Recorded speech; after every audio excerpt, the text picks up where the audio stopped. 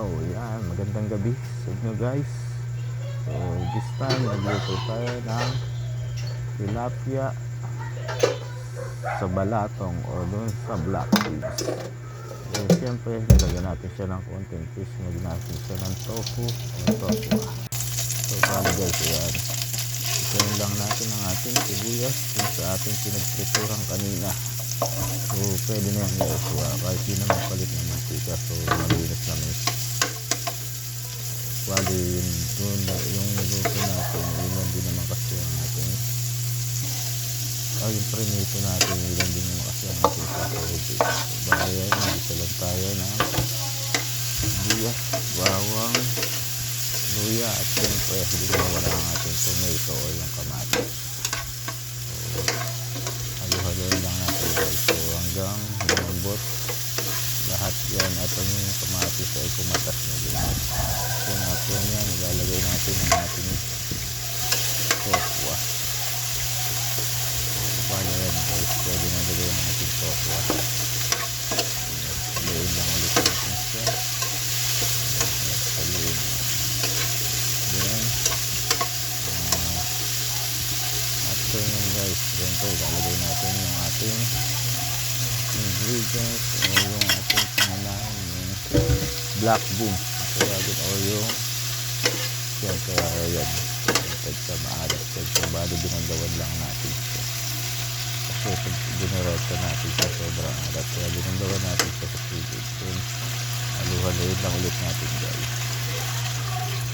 Para yan ibig tayo ng isang tasang tubig so para ma-absorb din yung tokwa yung lasa nung mga sinangkot ka natin.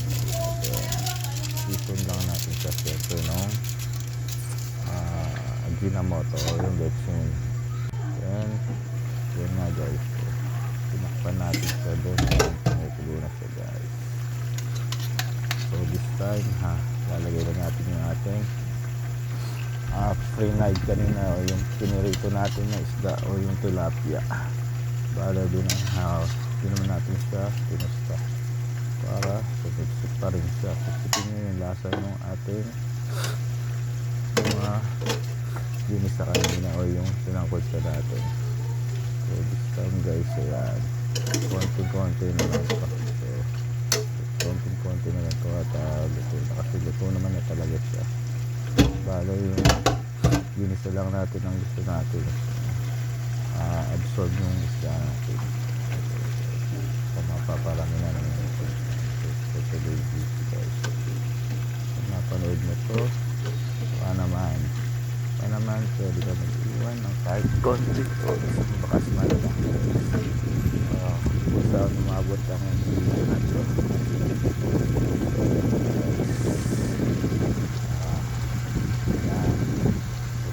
ating